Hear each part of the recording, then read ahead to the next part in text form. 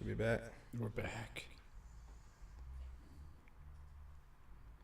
Let's see here.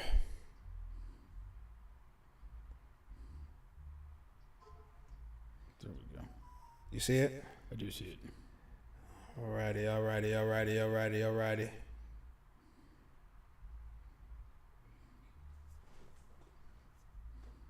Okay. All right. You're back. Back on the bench podcast with Bubba and Pink on sports, music, and mayhem. Don't forget we're available on all, and I do mean all podcast streaming platforms, including here on YouTube. Please like, share, subscribe, all of that good stuff. Again, we have to restart the live here. All right. But we got a good show for you guys today. All right. We're going to be talking about the early NBA surprises. Deion Sanders on the hot seat.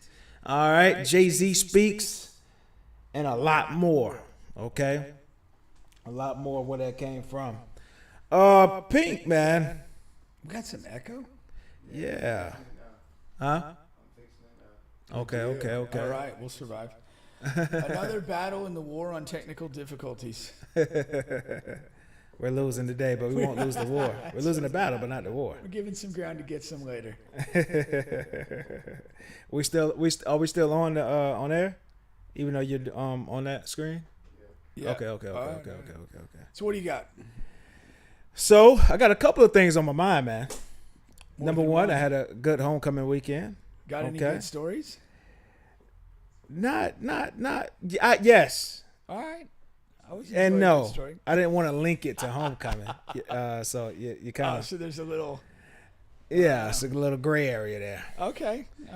But seriously, on a more serious note, okay, I've been alive now for a while.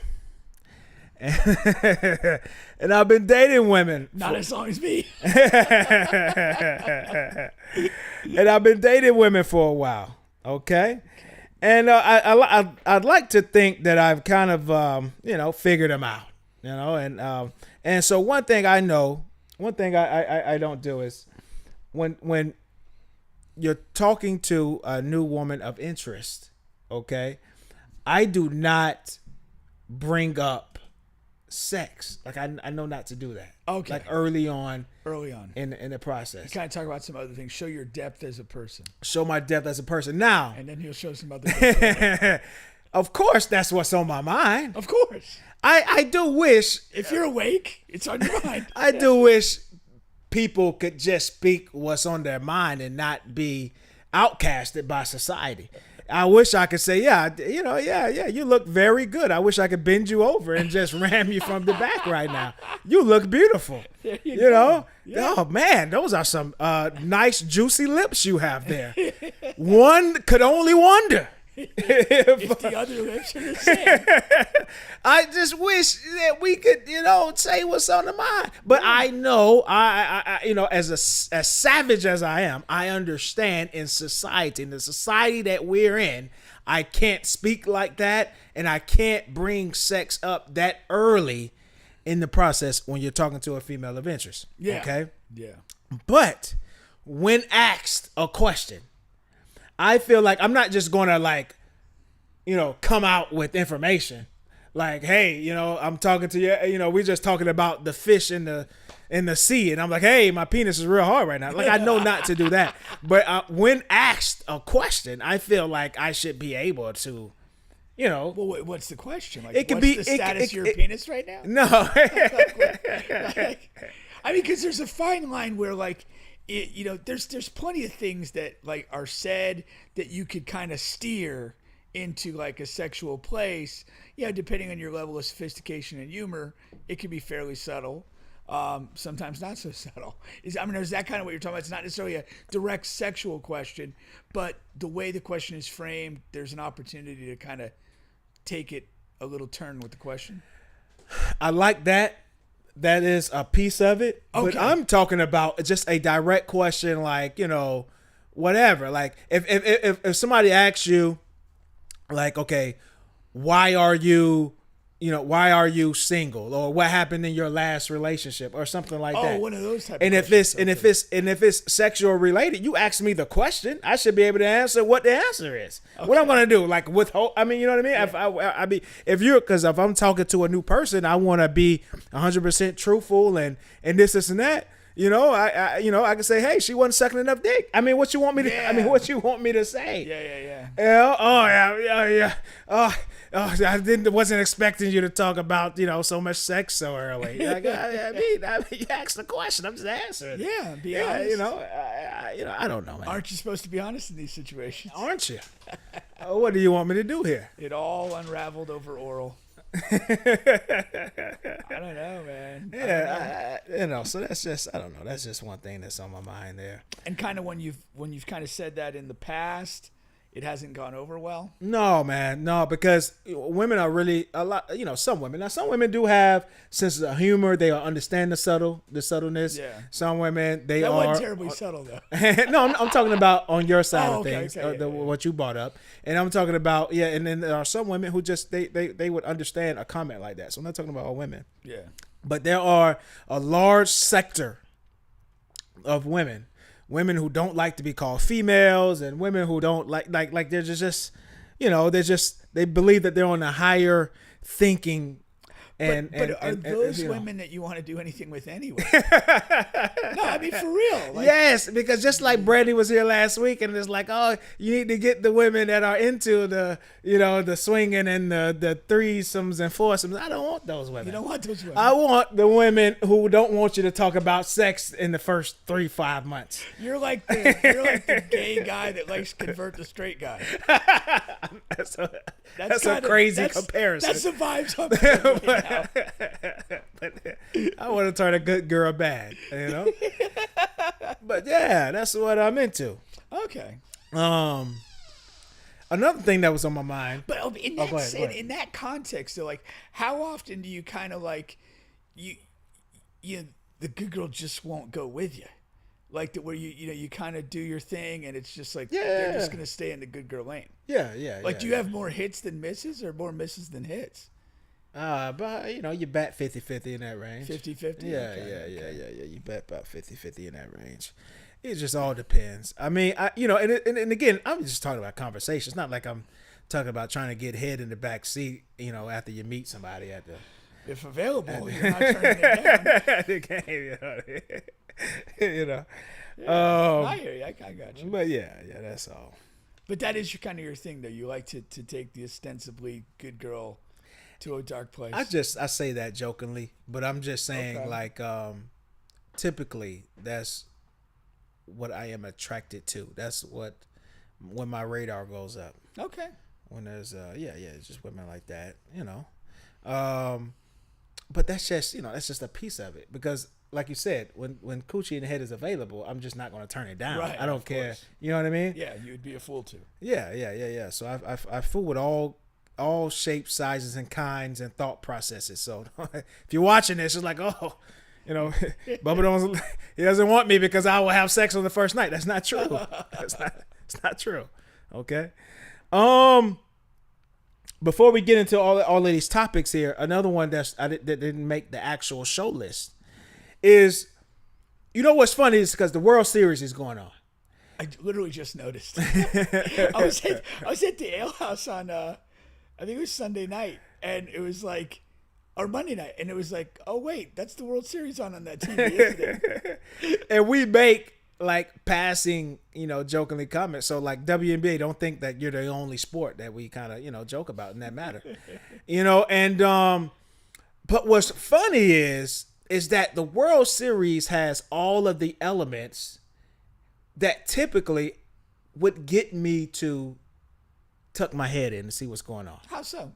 Because like this particular World Series, or this particular World Series, this particular World Series, because for example, I was working at the Slave Field, the job before I moved to Atlanta. Oh jeez. And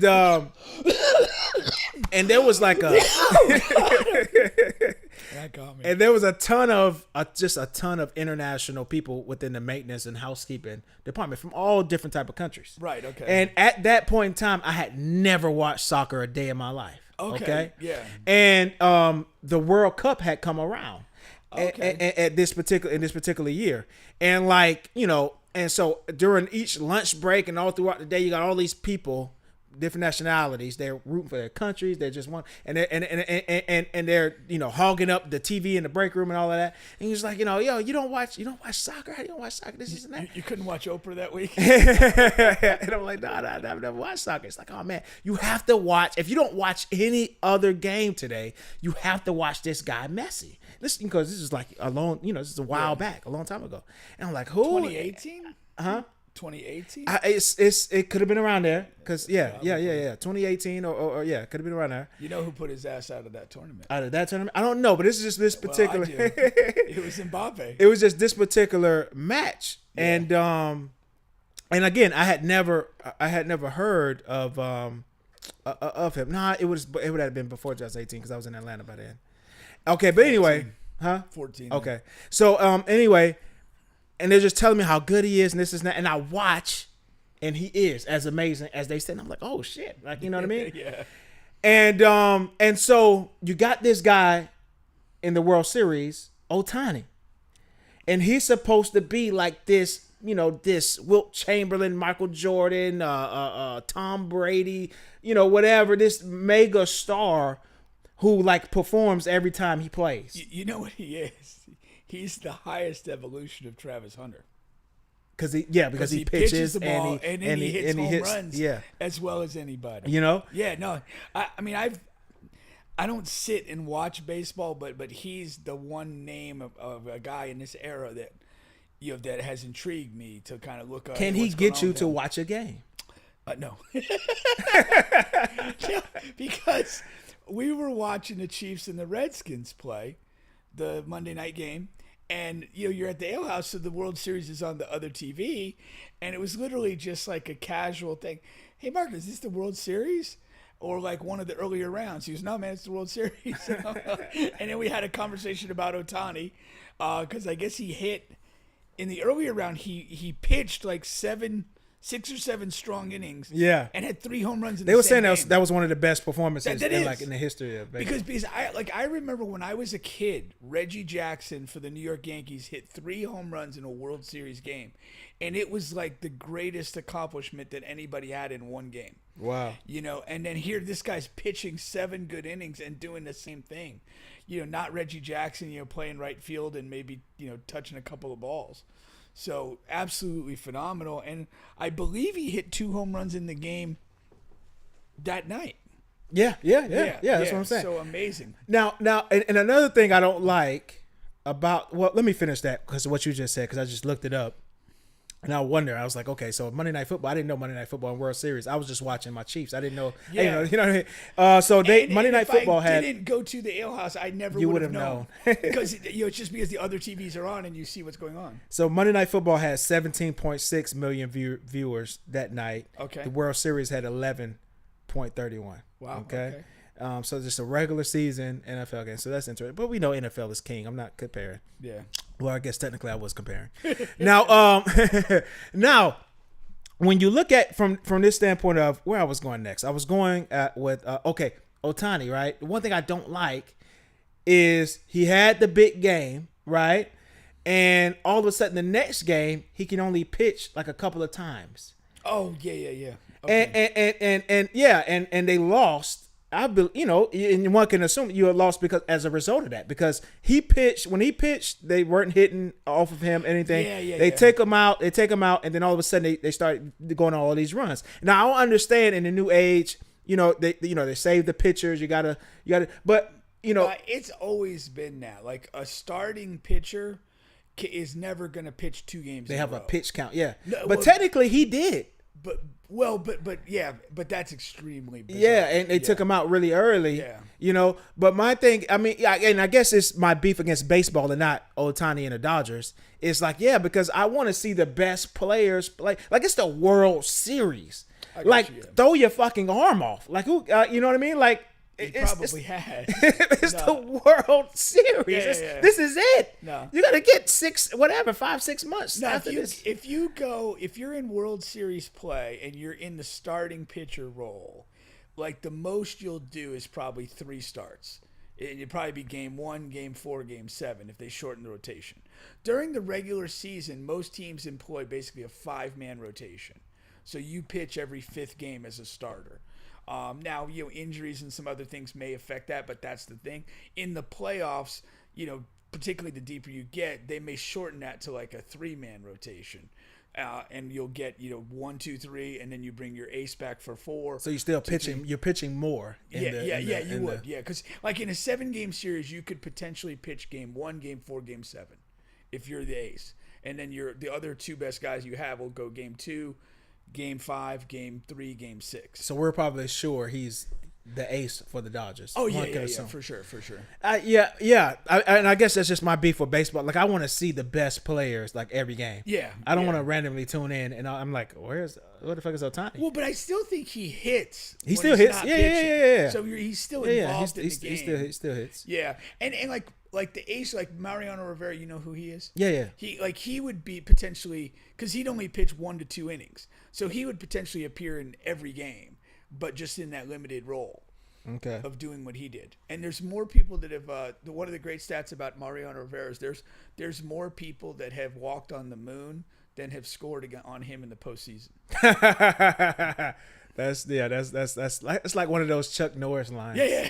It is. Chris says this World Series is actually good. Like Toronto is good. Yeah. But yeah, I mean I've heard nothing but like really good things. Yeah. I'm just like not a baseball guy like at all. I only one man has gotten me to watch like a full baseball game. Who's that? And I will watch on a regular basis. Who's this? And that was Barry Bonds. Okay, yeah. Like, yeah, because when he was on, oh yeah, it was something special. It was something special. Like, and he was hitting every game. It was a potential for multi-home runs damn near every game. Not or only they just would just walk him. Or they would just walk him, which like was crazy. also like, oh shit, you know what I mean? Yeah, like they would walk him like when people are already on base and like whatever. So it's always situation. action when Barry was playing. Well, it was just an event when he stepped to the plate. Event. Are they going to walk him? Are they going to let him swing? And then like it got to the point like you in that kind of late peak when he was hitting all the home runs was like he might get 1 or 2 pitches to hit in the game, and then like he would crush he'd crush 50% of those into the freaking water in the stadium, which is just the efficiency of that's insane. And that's why it's like, okay, I understand. Now, this Ohtani thing is something different, and he may be like, I don't want to say saving baseball because it's what I call a niche sport, and the people who love it, they go crazy for it. But like, it's almost that thing for me with the WNBA. It's like I'm saying, okay, those guys should go out in lingerie. Like with baseball, maybe they should allow those guys to do what they need to do in order to make the game more attractive. Yeah. I understand like the whatever with the sport, what the word I'm, the purist of the purist, what I mean? But okay, so 2 things I want to mention. Ohtani for most of his career was on the Angels and they did not win. And so this, I believe, is like first, maybe second time where he's been in position to win. Okay. Which is pretty impressive. Yeah. And again, even though, I'm guilty of not doing it, I think if you're a sports fan, I would recommend that you watch him play. Yeah. Because it's increasingly hard to argue that anybody has ever been a better baseball player. Now, Babe Ruth pitched when he was very young. And then when he became a Yankee, he moved from the Red Sox to the Yankees, he became like just a hitter. Gave up pitching. And then, you had Barry Bonds, had kind of early Barry Bonds where he was this superb athlete and player. And then later Barry Bonds where he was just like a robot and could do that. And that was phenomenal. But Ohtani is, pitching high level, high stakes while simultaneously hitting home runs at a rate that's on par with any other player in the game right now. That has to be appreciated. Yeah. He has to be put among the all-time greats of the game. Yeah. To your second point, that entertainment thing. I don't know if you've heard of these guys, but they're called the Savannah Bananas. And they are like this traveling baseball circus that plays baseball games. And they do all these they dance, they make crazy catches like a fly ball. They'll intentionally like spin and then catch it. Like, so it's almost like the basketball, the Globetrotters. Yes, they're baseball. basically like that for that, and they've played on ESPN a fair amount of times. Oh wow! And they're selling out the stadiums that they appear in. They're going to bigger venues and filling these things with this kind of entertainment product that it's kind of working. And because you've identified there's a niche for that. Like baseball is dull. It's not that fun necessarily. When you're watching a true great like Ohtani, there's something to lean into. Yeah. But by and large, the game's pretty bland, pretty dry. And whoever started these Savannah Banana guys has been genius. And I think there's like a couple of teams that they rotate and play. I think the Globetrotters just had that one other team that they played. I think there's a rotation of 3 or 4 teams, so it's not the same thing every time. But they're selling out major stadiums. They're getting airplay on ESPN proper. They're filling a niche of essentially fun baseball. And I don't know if there's ever going to be kind of like a connecting point.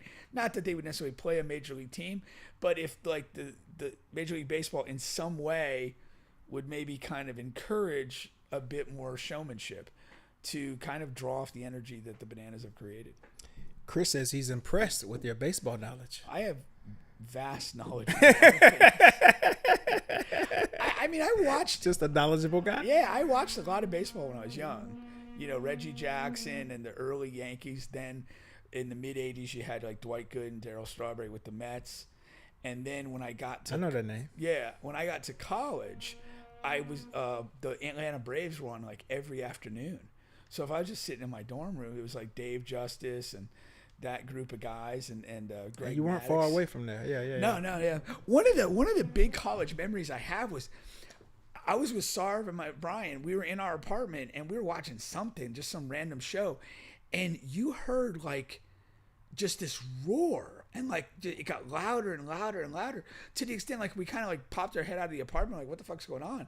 And people were like, the Braves fucking won. And it was Sid Bream had like against the Pittsburgh Pirates had scored the winning run to win the series and send them to the World Series.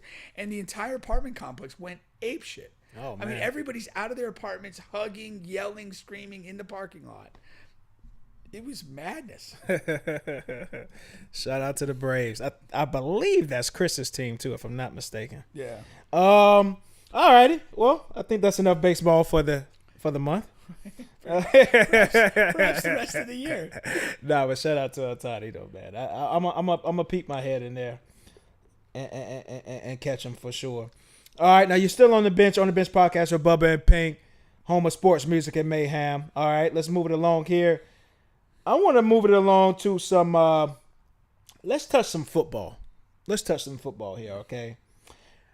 I'm going to go to the world of college football here. I've been reading some stuff, listening to some stuff, and they're saying that Deion could be on the hot seat. There was a Colorado Buffs radio show, and there was a radio host. He was calling for the Buffs to fire Deion in the midst of these other coaches being released and stuff, and also Deion was asked about it, and he had some weird funny correlation about the fake booties or something, but basically he was saying these teams are not taking their time to let these coaches kind of catch on and build their program.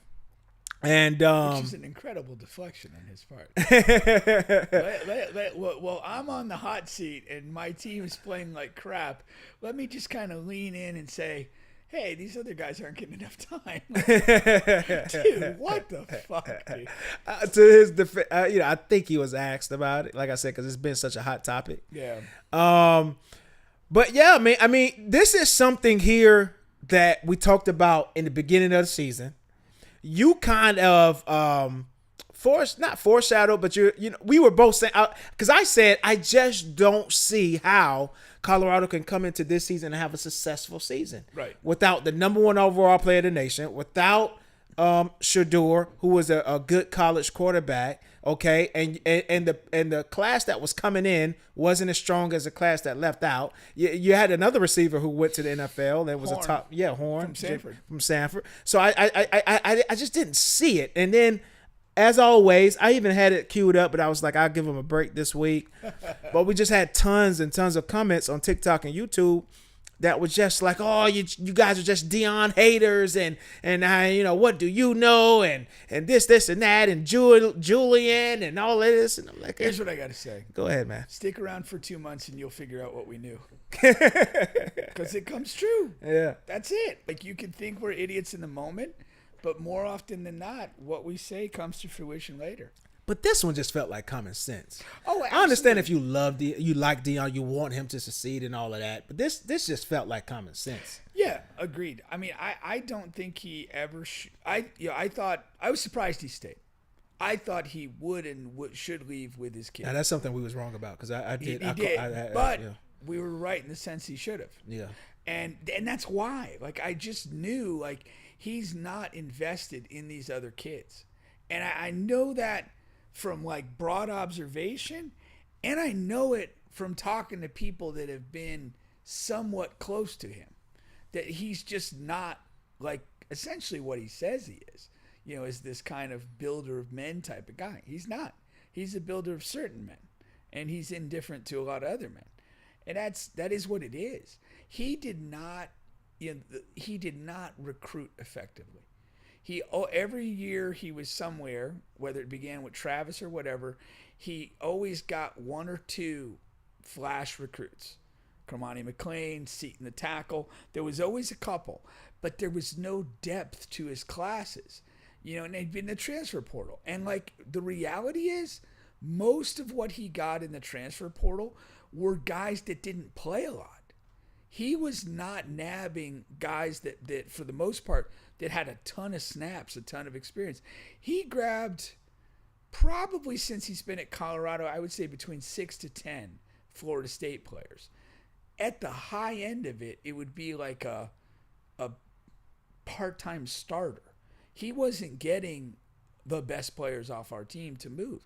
And that was true of most of his other transfer classes. Mm-hmm. And so you're not building a strong, deep program. Right. And when you get into year 3 and you don't have the talent level that you just talked about, you get exposed. And I'm not here to say, I don't know that he's ever been a great coach. Like X and O's and that sort of stuff. You don't see great adjustments and, interesting game plans. You see the opposite. I mean, to be honest. He's kind of a motivational guy. He's an attraction in and of himself, but he's not an elite football coach. And he's definitely not an elite recruiter. And to be fair to him, he's been losing toes and fighting cancer. And you can't, that's not a small thing. Like, you can't just, out for a week fighting. No. Again, the level of pain, discomfort, illness that he's dealt with since he's been, I thought the toe stuff started at Jackson with the foot infection and stuff. That the amount of pain that he's endured and continued to try to do the job over the last 3 or 4 years, nothing but respect for that. That's to be commended. But by the same token, you can't convince me that it hasn't taken a toll on his performance, whether it be recruiting, coaching, what have you. That you can't deal with that and not have a consequence. That's just plain and simple. Yeah. I mean, the game last week, man. I mean, they just got their ass handed to them.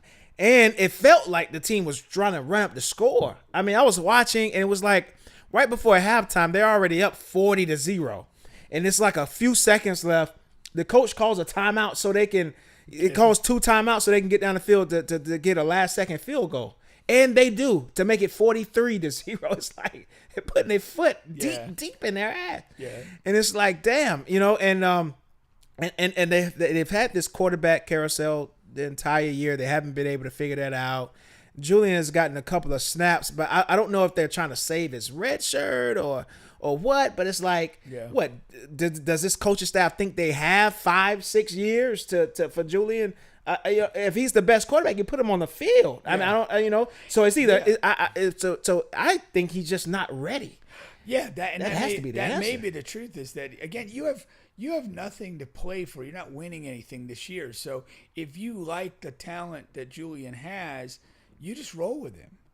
And take your lumps, get him the experience now, and hope you can kind of keep him and keep the program going forward after that. But, reality, like if I am close to a 4 or 5 star high school recruit and they're telling, hey, I'm thinking about Colorado, I'm saying you're a fool. What's there? What's there for you? Like, especially now. Well, yeah. So But the problem is they didn't capitalize when they had Travis and when they had Sure.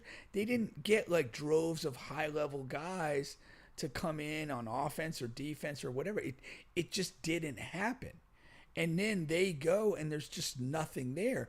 You don't have like a young dude who's like wants to be like Travis and got to study behind him for a year and now he's ready for a bigger role. Those guys never came. That's the reality of this Colorado program. I don't think you're going to have to fire him. I think he's going to go. And it's, he can avoid the indignity of being fired. He has the health issues he can kind of lean into and make this all kind of a soft landing for everybody. I think that's the most likely, most logical thing to do is he just kind of rides off into the sunset at the end of the year. And if he does, I think the coaching thing is over. I think the coaching thing is over. I don't know.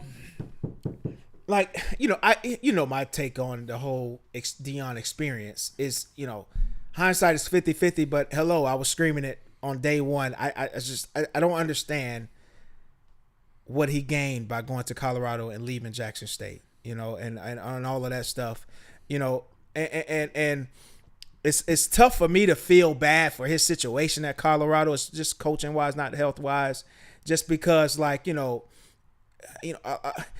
everyone just so focused on getting the bag and all of that. But on the front end, again, when no one would give him an opportunity and he comes into the HBCU, the only people that would give him an opportunity, and he's like, oh yeah, I love HBCU and I love the culture and I love the people and I want to help them grow and this and that. And at the first fucking bus that comes by with a few $1 million, he's on it. You know what I mean? And a lot of these guys, they come through, they come and we'll see what Michael Vick and Deshaun Jackson does and all of these guys, but it's like, I think Deion could have built something like real, and now after this, I don't. Who's going to take a chance? Who's going to take a flyer on him for what? What has he? He hasn't proven anything. He hasn't proven he could be. Hold on, no, you wanted to give him the Florida job. I put him in the mix. But you know what, guys, in the comments that because Franklin was just not on my mind at all, and I just wanted some African American. Resemblance on there, and that would have been the guy. But but like you said, he's a motivator, and and all of that stuff. But that's pretty much it. Yeah, no, I don't see anything else that he's an A or A+ at to get a premier job. Like, yeah, could he leave Colorado and go somewhere? Could go back to an HBCU. No, I was thinking like whatever, like North Dakota State or some shit. Yeah, a lot of shit out there. No, I just think he needs to hang it up. I think he should just kind of come to an agreement with Colorado to be able to bow out gracefully. And and not get shit canned in week 9 or whatever we're in. I just think that's the best thing, and I don't think he should resume coaching. I don't think it's really for him. Yeah, and he does. He has other outlets where he can express himself. But I don't know if I talked to you about this on the show or I talked to somebody else in real life. But go back 12 months, and Colorado's winning games. Travis is Heisman running. Shedur's a projected top 10 pick. Shiloh seems like he might get drafted. To where we are now. Shiloh can't get on a practice squad. Shedur's buried and disrespected in Cleveland. And Deion got 40-balled by halftime in his last coaching appearance. That's a fucking drop off the cliff. Yeah. That's insane. That is. That's rough. I mean, yeah. Yeah. I mean, you had a couple of whispers about coach of the year and all of that stuff at that Yeah. before, because they had started out the season, I think 2-3-0 or something before they got to not Utah, I believe who whooped them bad? Oregon. Was it Oregon? Yeah, Oregon. Okay. But yeah, man. So we'll see. Like I said, I think I agree with you. I think Deion quits before he gets fired. Because Colorado, I think they know once they move on from Deion. I mean, they might as well ride out the notoriety at least, because once they move on from Deion, they go back into the abyss. Yeah, so that's that part I'd be too. interested. I mean, Colorado, like coming off of Deion. I mean, to be honest, like not from a charisma standpoint, but it's a low threshold to beat as far as coming in and performing. You don't have the whoever jumps into the LSU job and the Penn State job and the Gator job, you're expected to win 10 plus games and be in the mix. Huge expectation. But you take the Colorado job after Deion, you get 6 or 7 wins in and you're looking pretty solid. Now let's transition, because that's a nice transition to the old ball coach Nick Saban, and he questions if LSU and Florida are better jobs for Lane Kiffin than Ole Miss, and that's sort of the thing now. Now, the Florida Gators, they've made it no whispers, no secrecy that Lane Kiffin is the most ideal candidate, and I honestly, I think LSU might be the best job on the market right now. Just when you take everything into an account, I do think they're a slightly better job than Florida right now. And then you have the other land. What do you take into account what Nick Saban said? What do you think about that? I don't disagree. I mean, if I were to rank the jobs, I think LSU has the most potential. They've won at the highest level most recently, and Louisiana is a pretty great place to recruit players. With less competition, Florida might be better in total number of dudes that can play, but you got Florida, you got Florida State, you got Miami, and you got the whole fucking country coming in here for people, and so it's more competitive in some ways. I think LSU has done a better job of locking in Louisiana talent. Yeah. And to their credit. And they have some great tradition. Because they've won recently, I think the infrastructure's up to par. And I do think that's probably the best of the 3 jobs. That's what I'm thinking. Kiffin, though, I mean, he's on track to be in the playoffs with Ole Miss. He's got a 1-loss team. He's got a chance to make a deep run, maybe win the thing. It's not off the board. So, if the thing is I've got to go somewhere where I can win a title, you might do it where you are this year. I don't know that you'd be so enthusiastic to jump ship. Now, the other thing that all these guys do that you got to be mindful of, they love this interest. Because no matter what happens, if Lane Kiffin goes to Florida, he goes to LSU, or he stays at Ole Miss, he's getting more money and more resources. You better believe that's the reality. So, I mean, he can leverage this to Ole Miss to where he's already kind of got a culture going and got some positive things, and make them pay him more, make them invest more in, whatever, if NIL, staff, whatever he needs to ward off these other suitors. Or he, negotiates what he wants at either one of those places. But he's also done, Lane is matured. He's not the same dude that was at Tennessee and USC. He's matured. He's he still has his sense of humor and his little sense of wacky, but he knows football. And he's done a really good job, particularly at the quarterback position, which is the most important thing in college football. And wherever he goes, I think he's going to be fine. But I don't know that there's the only caveat that you could say might not make him the best thing is the success at Ole Miss, in the sense that he's not going to leave Ole Miss early December going to the playoffs. And if he gets in the playoffs and maybe wins a round or two, you're talking about he's not. We're into January, maybe late January before he's free, and transfer portal for early signing days, early December. Transfer portal will be open. Especially if you make the later rounds, most semesters at schools will have been started, and he won't necessarily be signed to anybody, and that makes it a little tough. I mean, best case scenario for Lane Kiffin lovers that want him in a different school, he drops a game or two, and maybe just misses the playoffs like they did last year, and now he's available. He could leave before some horseshit bowl game and be at his new job early December. But if he tracks to the playoffs, and particularly if he makes a little run there, that's bad news. It kind of freezes for whether it's LSU, Florida, whoever. Yeah. Now you have the contrast with that, and I'm not saying these are necessarily better options, but Franklin, Brian Kelly, John Gruden, if you're a John Gruden guy, they're immediately available. Yeah. They could be there and ready to hit the ground running before signing day, sort out portal business and all that by the time Gruden and Ole Miss have played their last game of the year. What is your take, too, on these, like, interim coaches? Because we've seen some interim coaches have success, and I wonder, like, I always wonder, like, how and how they have success in the first place, because you've been on the staff this whole entire time. Yeah. And all of that. And it's like, okay, so, are you because Florida is in LSU and all these guys, they're on their active coaching search. They have these ideal guys that they want. And here you are in place. You have to finish out this season. Yeah. And it's like, well, what if I do well?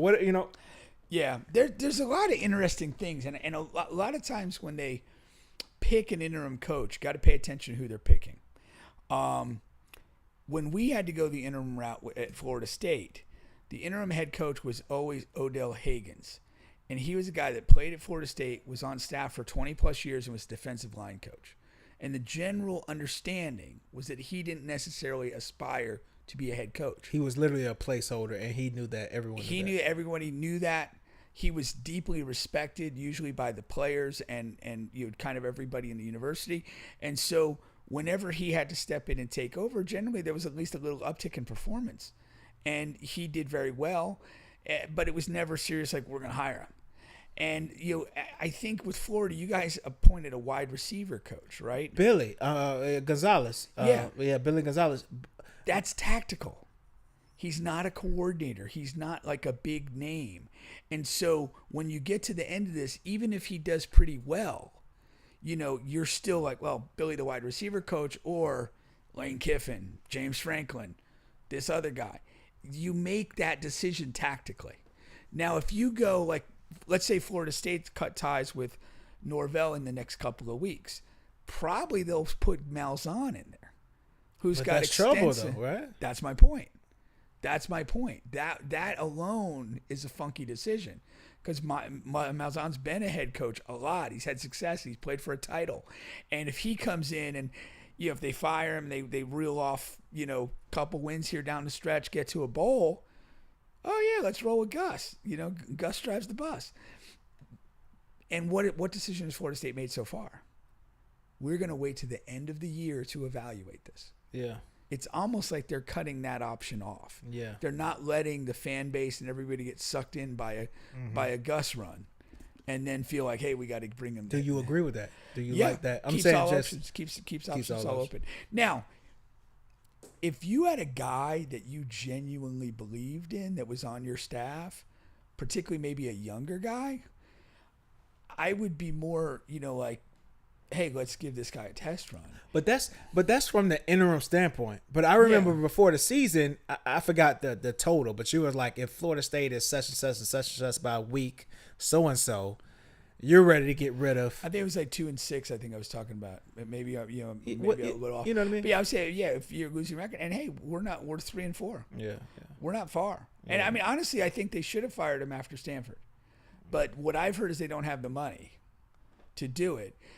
So that seems to be the biggest impediment. But I do think another part that played in was like, we don't want to give this to Gus, and he goes 5-0, and now. No, that's a good point though, because I wasn't even thinking about that. But I know Gus is on the staff because that would be a decision, man. Yeah, that would be a decision. And wait, hold on, who's saying?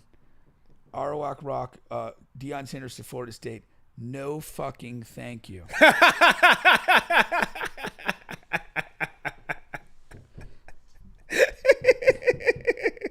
might as well shoot down the team plane. Oh man. No, thank you.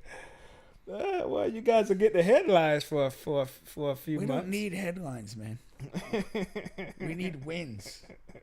And he hasn't done enough of that. Oh man, that's a good one. Yeah. No, that's good. Let's switch to another sport. Well, I was go gonna ahead. say, who like so? Go ahead. I know we talked a couple weeks ago. Top 5 candidates. Like who are your candidates for the Gators now? Well, myself, it really doesn't matter. But I'm hearing Lane and I'm hearing Franklin. There's not a ton of names that I'm hearing though. I mean, Yeah. I believe they're like all in on Lane, and that's tricky because of what you just outlined before with Yeah. the playoffs and everything. Yeah. And it's just really going to depend. But you know, we live in this bubble, Florida Gator fans and supporters. I do believe that we believe that this job is better than what it might actually be. A couple guys at the office were talking about that today. And that's why I wanted to come with a little objectivity and say, you know, I can see LSU for what it is, and if I'm a coach with some type of pedigree and I'm on the playing field, I can see LSU being a better job, and they also have more money to offer to a coach than we can probably pucker up together for sure. The only thing that saves us with Lane, if you want to use the word saves or whatever, is he has been in the search before. We low key picked Billy over Lane before. I mean, there was other factors involved. Yeah. But Lane is he does have a relationship with our AD and stuff like that. So And I didn't notice at the time, but we apparently flirted with Lane when Norvell was talking to Alabama. And so there's some people I've seen on FSU Twitter that think that if we cut Norvell, we would be in a Lane. Lane is situation. going to have his he's gonna have pick a of the litter, man. Yes, Like he's it's going to be his. He's like decision. walking into the bunny ranch. He's going to break hearts after the season. I mean, he just is. Hearts and wallets. He's going to break hearts and wallets, man.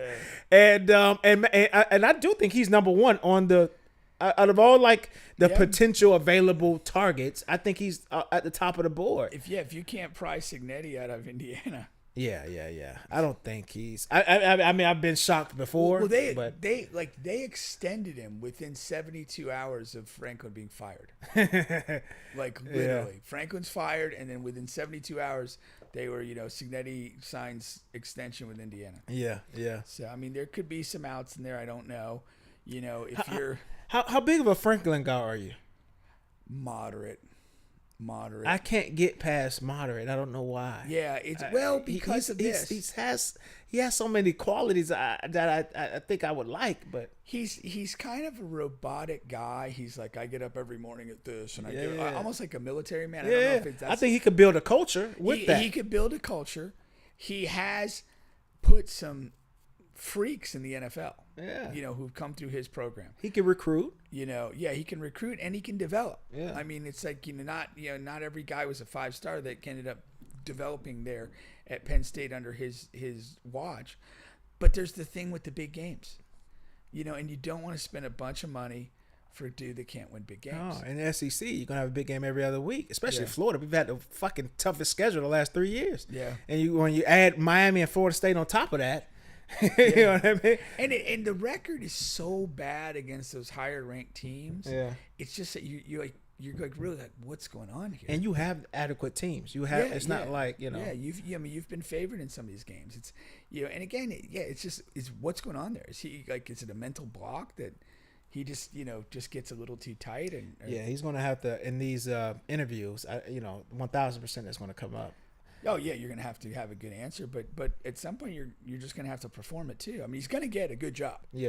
It depends exactly where, but he's got a chance to redeem himself. But I guess my reservations over that is why I don't feel like let's get him now. That's really the thing. But there's a lot of positives there. I think his only really bad season at Penn State was the COVID season, which was funky for a lot of teams. Yeah. So I mean, I think he'll be a good hire. It just doesn't feel like a slam dunk hire. And I don't know. I mean, I would take a run at Signetti. There's something special about the guy. Yeah, you're saying just send him over the checkbook and Send him with a checkbook. mail it back. Maybe kidnap him in a windowless van. Yeah, Take him into an undisclosed location for a couple days. Let's figure this out. let's figure this out, man. Whatever it takes. Oh, one team who has not been able to figure it out, and I'm switching sports here to the NFL, is the Minnesota Vikings. Minnesota Vikings are in a weird place. All right, so number one, you have choose it JJ McCarthy over Sam Darnold. Is looking really bad right now, and then you have Carson Wentz, who his agent came out, and basically, if you read between the lines, which I do very well, and basically he just came out and said, the Vikings are kind of they're using Carson, like they're using his body because they're, with JJ McCarthy's injury, they're letting him come along slowly, get fully healthy before they put him out there. Carson Wentz, you got a bad ankle and a bum elbow. You get out there. We need you. Who wants to play football? It's like they don't care about my my athlete that is out there, and they're preserving this young guy. And the thing is, the Vikings have made so many mistakes with this quarterback situation. Number one, like that just said, they chose Sam Darnold. They chose JJ McCarthy over Sam Darnold. They allowed, Daniel Jones was a part of that. Yeah. You had Aaron Rodgers was in the talks. Remember of at one point signing as a free agent there. And that team is just loaded with talent. They're just kind of just like the Colts, where it's like we're a quarterback away from being a serious team. I mean, with Sam, they went 14-2. Yeah, you know what I mean. Yeah. Like we're a quarterback away from being a playoff contending team, and these two guys just haven't been able to get it done.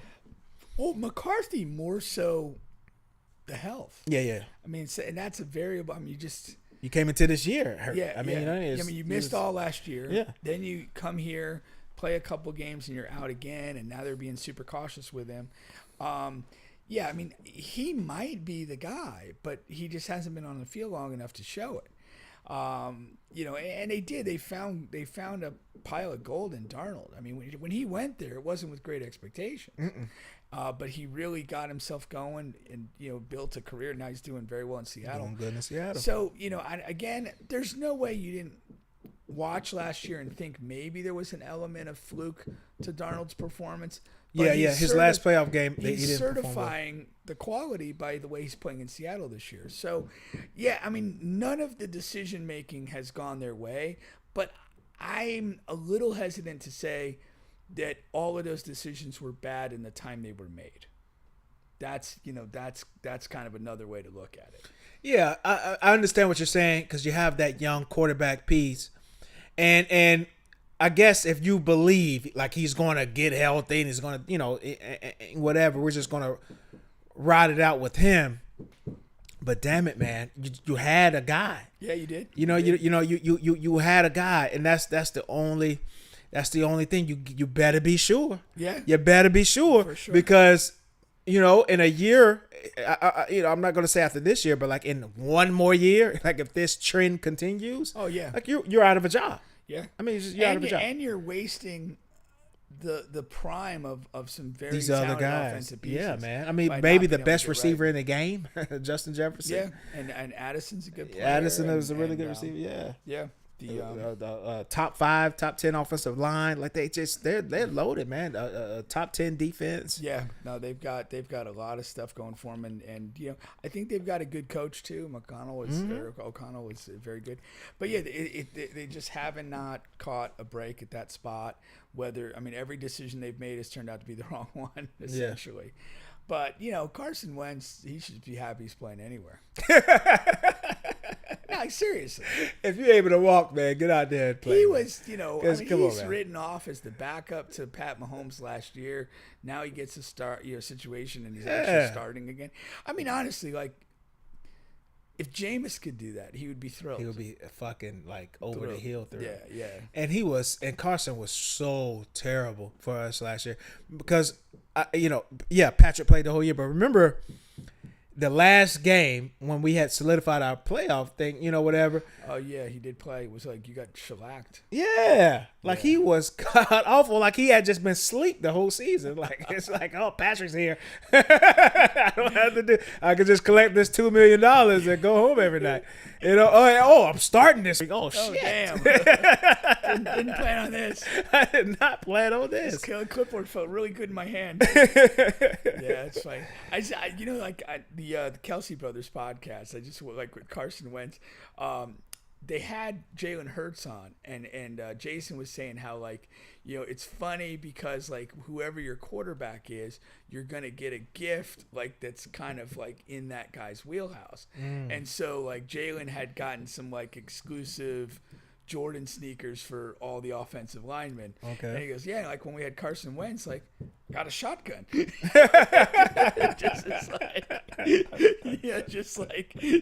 gonna be based off of what they are.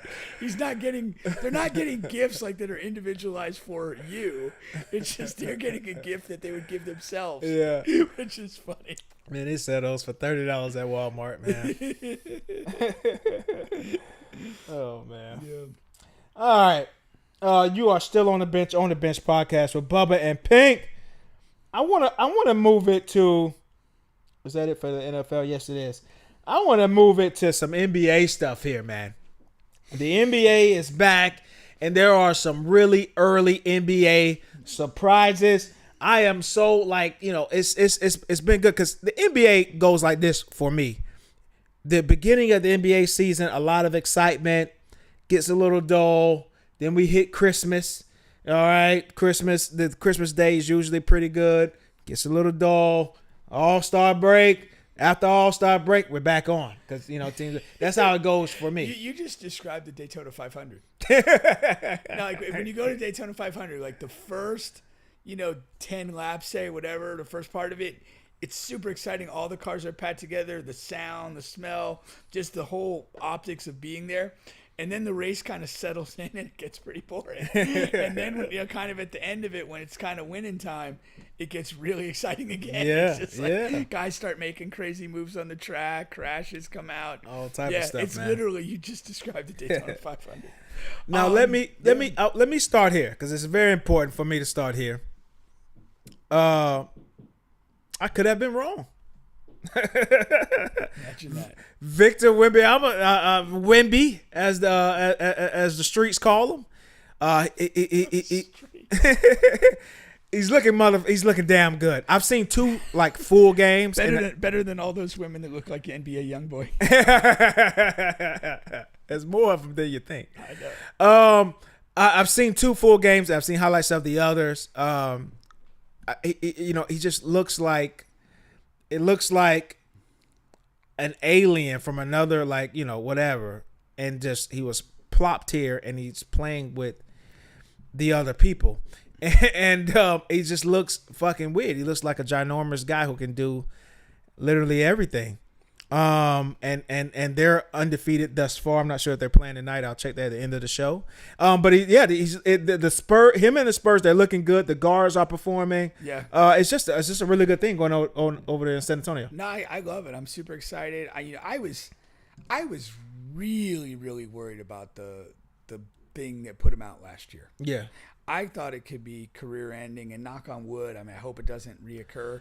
But this is fantastic what we're seeing. Juan told us it was just a passe. He something did, the team, it did. Yeah. But right now, I mean, it's the best show in basketball to watch the Spurs right now.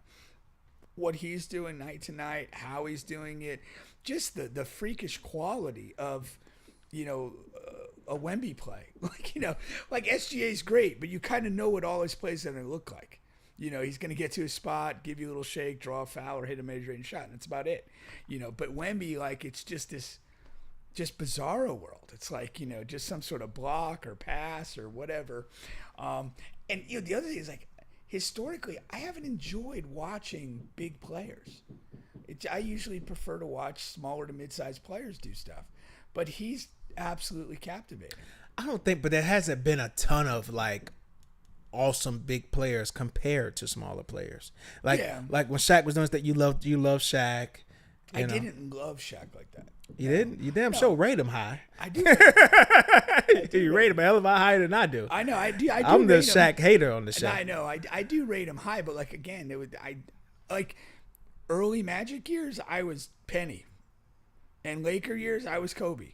I just out of the two, yeah, that was it. But I just I respect and understand like the impact that he had. And just how he was just such a human battering ram. Yeah. And in its own way, it was freakish. But I mean, it just Wemby's a special talent. And like you say, like dropped from another world or whatever. Like just listening to him talk and get interviewed and the things that he's talks about and seems to value, it does feel like he comes from like another planet. Yeah. Like, yeah. It's not the same tired cliches that other people have. No, it's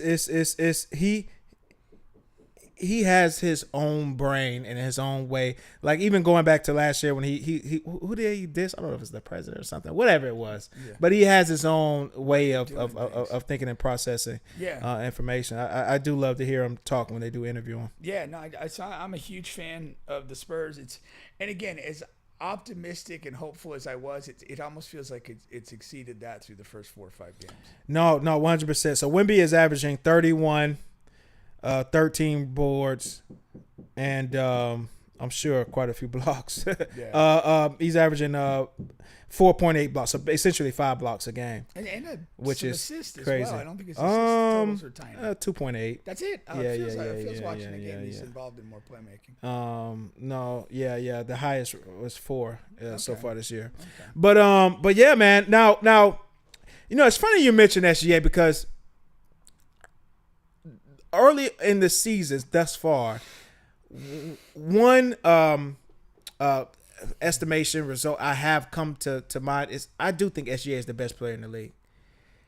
He's fucking unreal. Like he is unreal. When you're just talking about a guy, when you're just talking about needing a bucket, like just needing a shot. Like he's had a couple of game winners this year, which already has to be like a league high. Like there's nothing you can do. There is absolutely nothing you can do if they need 2 points. There's nothing you can do. Yeah. And like when he gets to that spot, I've never seen anyone that can, when you get to that spot, it's going in. Yeah. It's fucking going in. I've never seen that before. Yeah. And he plays like really good perimeter defense. Like he's damn near locked down. Yeah. Right now he's for me, he's the best player in the league. Now, that's just right now, and it's in conjunction of him winning the championship, of him winning the MVP and all of that stuff, coming into this year and just reestablishing himself, doing more of the same. There's an old adage from boxing is that I remember hearing a long time ago is that when you win the championship belt, you become 25% better. Mm-hmm. It's not always true, but it feels that way with OKC. They've won their first handful of games. I know it's a long season, and they've been without their second best player. But again, they haven't blown everybody out. But like they just have that thing where they're gonna win. They're gonna find a way. You've got like you just said. If you got SGA is gonna be able to get a shot, a high quality shot whenever you need one, and the rest of the guys all seem to just know exactly what to do. And how to fit in and how to be productive when SGA is off the floor. I talked about it after the Houston game. It was like start of the fourth quarter, they're kind of trading baskets with SGA on the bench, and like different guys are scoring, different guys are making plays, and then later in the game, SGA comes back in, and it just seamlessly transitions to we're just playing through SGA. He's going to get to his spots. He might find an easy basket for somebody else, but more often than not, he's going to find the basket for himself. And it just was seamless. There was just no issues. And it's like they are a team without their second best player at the moment that is completely comfortable in how they play and completely confident in the outcome. And that's tough to beat. 100%. And Shea is averaging 34.8, 6 rebounds, 5 assists, a steal and a block. I mean, unreal. Now, scratch all of that I just said, because the most exciting story of the season, has to be Karl Anthony Towns. those of my, not this year, Philadelphia 76ers, man. Just a fucking huge joy for me to watch. I'm a fan of the 76ers, of course. But this is the funnest team I've ever watched in the history of me being a 76ers fan. Really? It's not the best team. I still say the best 76ers team I've ever seen is a team that didn't win at all. But it's the Jimmy Butler, Ben Simmons, Embiid, Tobias, JJ Redick. Kawhi shot. Yeah. That's the best 76ers team of all time. Well, I'll take that back. Maybe the 4-4-4 team. Yeah. The Moses Malone, Dr. J. That's before my time. But I'm just saying, in my time, from what I've seen, that is the best 76ers team that that team. But this team is the funnest team that I've been able to watch, man. Just like everything from VJ being just an incredible rookie to Tyrese Maxey leading the league in scoring thus far. He's at an unreal 37 a game or something crazy like that. And just Quentin Grimes, who I thought was going to come into this season and just sulk or look for it to be only him and things like that so he can get a contract. He's hit, 2 game winners, cut shots, playing a phenomenal two-way, everybody on this team. Now, still missing Paul George, still missing McLean. Yeah. And there's an Embiid thing, which I do think is going to become a Paul George thing too. The Embiid thing is, I know it's over, right? I know it's over. The problem is he's still such a fucking really good offensive threat. Last night, 25 points in 23 minutes shooting an incredible from the field. Yeah. And the game before that, he had 22 points in 20 minutes because he's on this minutes restriction.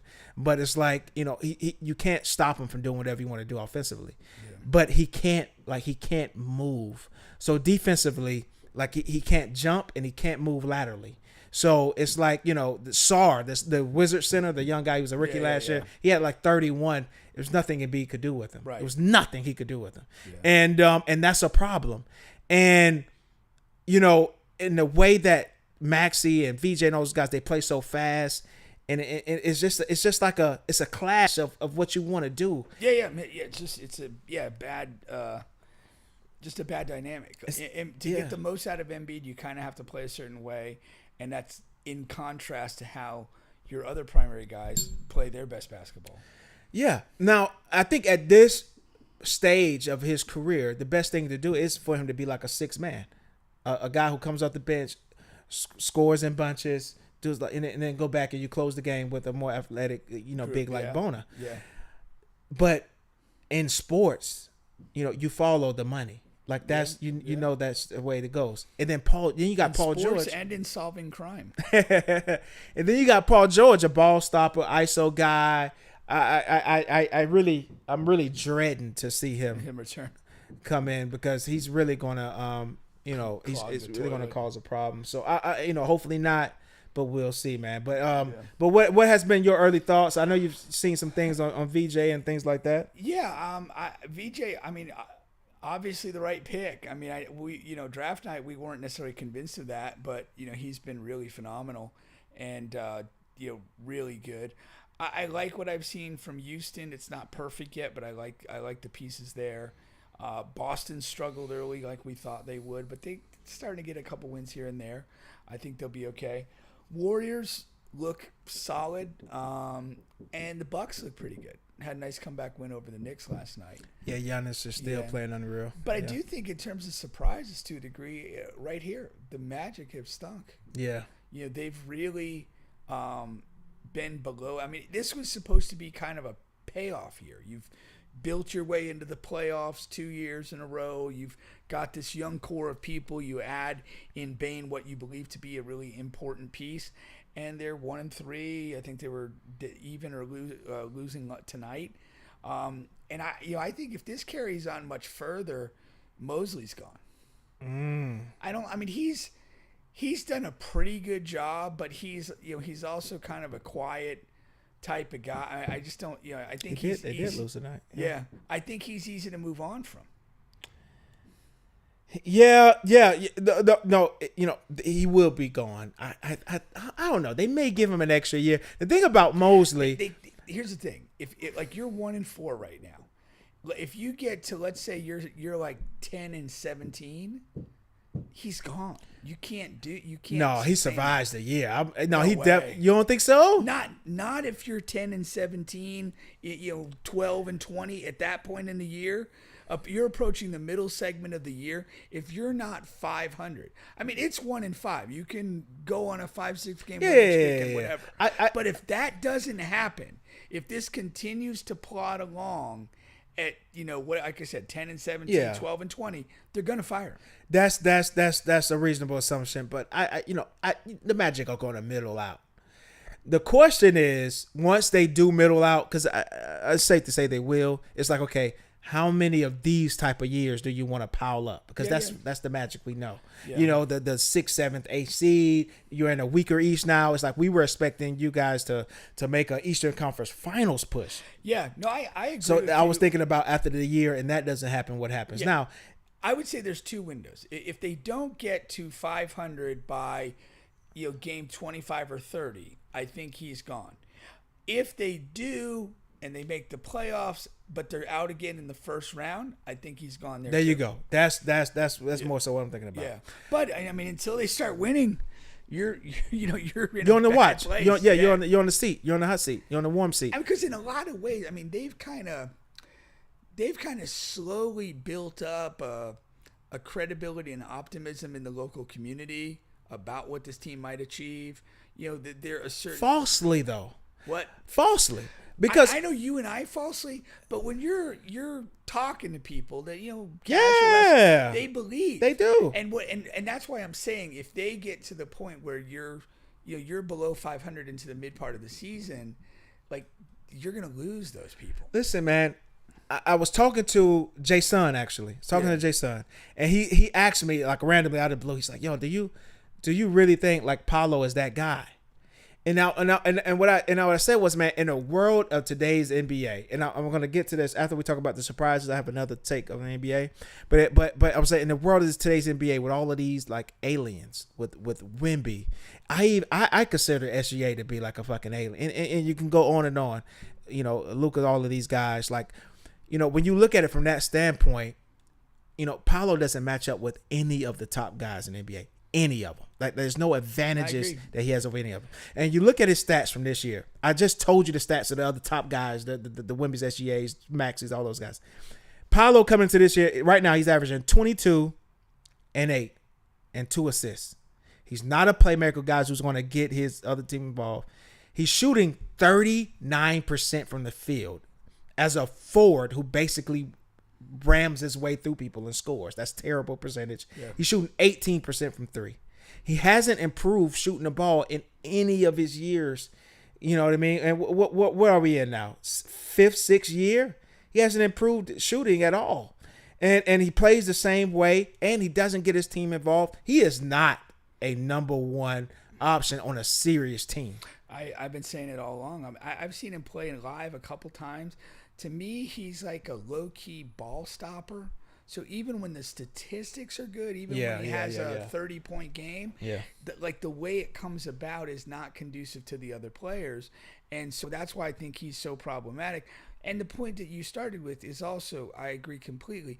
When you legitimately put him toe-to-toe with the best guys, you're not picking him. Just never. You're just not doing it. Even like to the level of like Jalen Brunson. Yeah. I'm taking Brunson. I trust what he does night in and night out more than I trust what he does. But Giannis, Jokic, Luka, SGA, Wemby. Like I said, now even Maxey. Yeah. I mean, you have to take Maxey over him now. Yeah, you're just in a spot where you're kind of way down the pecking order on that. Yeah. I'd take Cade over him. I'd take Cade over. Cade took him over tonight. You know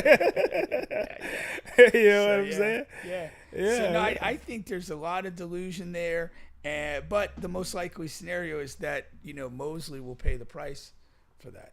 Yeah. No. Yeah, I know they're not going to get rid of Paolo. So Yeah. I mean, you're right. It's going to be a coaching change first, and you see what you can do with that. And Cade did have a good game tonight. 30 and 10, 6 rebounds. Yeah, of course, 3 blocks, 3 steals. Oh, shout out to Cade. Damn. Yeah. What about the Great White Hope at the Lakers, man? He had a 50-point game. Luka is going to be out for like a week or so. Yeah. And LeBron, of course, he's just out indefinitely. There's been no timeline on him. And then Austin Reeves drops like a 50 pointer, man. I mean, good for him. I just can't get that excited about him. He's a good NBA player. Yeah. I mean, he can score the ball, but he doesn't do a lot other than that. No. And I mean, he certainly belongs in the league. If he's your, fourth or fifth option, or maybe he's an elite bench guy on a high level team, that's probably pretty good. But I'm not that excited about him as a player. No, not at all. Just quickly, I want to shout out the Bulls. I mean, they're undefeated so far. It's really super early. I don't understand it. What are they doing? Yeah, and they're winning tonight. But they've beaten the Detroit Pistons, Orlando Magic, Atlanta Hawks, Sacramento. Not a treacherous row. Yeah. But going into the season, those first 2 wins would figure to be losses. Yeah. People a lot more optimistic about Detroit and Orlando than they were Chicago. Yeah, man. So those are plus side wins. Josh Giddey, I mean, it's his team. I mean, he came over and is performing like really well, man, over there. And he just didn't fit in with OKC. Because with OKC, it's SGA's ball, and they're going to run that, and he needs you to spot up and play D. Josh Giddey needs the ball in his hand so he can play make. Yeah, he can do other things. Yeah, it was just a bad fit. Like a bad the way fit. SGA evolved, he usurped the things that Giddey does best. Yeah, like tonight, Giddey has 13 assists. And the game is not over. It's early fourth quarter. Yeah. Like, that's his thing. You know what I mean? 17 points, 13 assists. But yeah. Alrighty. The other take. Go ahead. Did you hear J. Will's take on the WNBA? I saw it. I think he sent it to me. Somebody sent it to me. I might have sent it to you. Yeah. His high school team. Yeah. And who was that? That was Patrick Beverly. Patrick was Beverly. Like, oh, no. And I couldn't tell, like, during the podcast if Pat Bev realized that Randy Moss was on that team. He never really said anything. Yeah. And Jay Will just kind of leaned into, hey, they were 30, I'm gonna get 60. Yeah. He didn't bring up Moss too much. But I knew. Yeah. And that's a different thing. Yeah, it is, man. I mean, I know that a lot of those guys want to take up for the WNBA people and stuff like that, but when you got a dominant high school team, is basically what he's saying. Yeah, they could beat a WNBA team. For sure. There's 2 things that stand out. Now, I had a friend of mine who I used to hoop with. He was, when I was hooping with him, 50 years old. Phenomenal 50-year-old player. Could still dunk. Could still defend the hell out of people. When he was in his early 30s, he was with a group of guys that were brought in to practice with the women's U.S. national team. And he told me straight up, he goes, we would smack them. Like, we were guys that were like low D1, Division II guys, might have played a little bit overseas. I think he did 2 years in the Netherlands, but just stayed as an active hooper. And he's like, we crushed them. Like, it wasn't close. It wasn't competitive. And the other one, it was women's soccer. The full national team played, I think, like a U15 boys team. And lost 3-1. Yikes! It's just not what they want you to believe. Yeah. And I had early in my coaching career, I was at Trinity Prep. I had the 7th grade boys. The girls' varsity coach asked if we were interested in scrimmaging with them. I'm a first year coach. Sure, we'll do that. They couldn't do anything. Like, they couldn't get into offense. They couldn't play. Like, we just. Even though we're guys of 7th grade, you're probably 12 or 13 years old. And they were, girl of 15, 16, maybe 17, 18, depending if you're a senior, couldn't do anything. Just the physicality, just guarding and kind of forcing them to initiate offense further out than they wanted to, dominating the boards and that sort of stuff. There's a big, big difference, and you got to put it in context. And I remember there's a local player, Alexis Prince, I think her name is. Edgewater. She's very good. And a couple years ago, I played in a pickup game that she was in, and she got buckets. She played very well. She understands how to play, but she was essentially functioning as a high-level role player in the game. She's not. There were two other guys on her team that were, driving wherever the hell they wanted and making the game. And she's smart enough to hit her open shots, cut smartly, and finish plays. She knows how to play, but she couldn't go on a court with the with good men's players and dominate. She can play because she's smart and has skill, but there's a difference. And it's a big difference. Yeah, it is.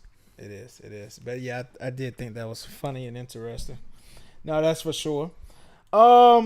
Let's get into some quick, interesting, funny stories here. Speaking of, okay, I guess that was the first one there.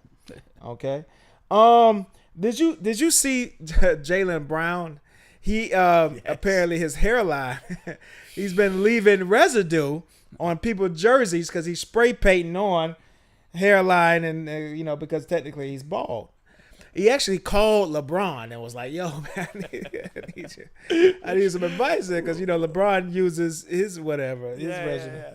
I mean, that was funny. Amazing story in a couple of calling LeBron. I love. That was hilarious. Like Jaylen Brown is super smart and a capable troll. So Yeah. I love that part of it. Yeah. But like how has the beauty industry not created a product that is not gonna like rub off on a man's shirt? I mean, we could do so many amazing things, but we can't get that right. Like, what's going on? I just don't understand. There's got to be something better than whatever he's using. It may not be better in Boston. You got Derek White. Remember a couple years ago, you had the TNT guys were making a lot of fun of him because he had the crazy hairline. Yeah. It was like, yo, you just need to let that go, man. Give up the fight. Boston, it's a heavily white population. They don't know how to handle black people hair yet. The bald black people. Jaylen Brown got a $300 million contract. I mean, he can fly somebody up from the ATL once a week, like Iverson used to do. He used to fly his auntie. You can fly somebody up once a week to take care of that, man. That you got to find somebody. No, that was hilarious. Now, did you see this in the Milwaukee Bucks game? I did watch this game. Did you watch this game? Yeah. And the look at this travel now. 1, 2, 3, 4, 5. He hasn't put the ball down, man. This bucket counted, man. Yeah. That's as the years go by, man, they let these guys get away with extra step every year, man. Yeah, man, that's a pretty phenomenal call. Man. That was hilarious. Yeah. But shout out to Giannis, man. He's playing out of his mind. We'll see if he can hold up, because it's a lot of pressure on him. Yeah. I wonder what's my guy doing over there. Kuzma. Let me see what Kuzma. Not much. Kuzma this year. Oh my God, averaging 8 points and 4 rebounds.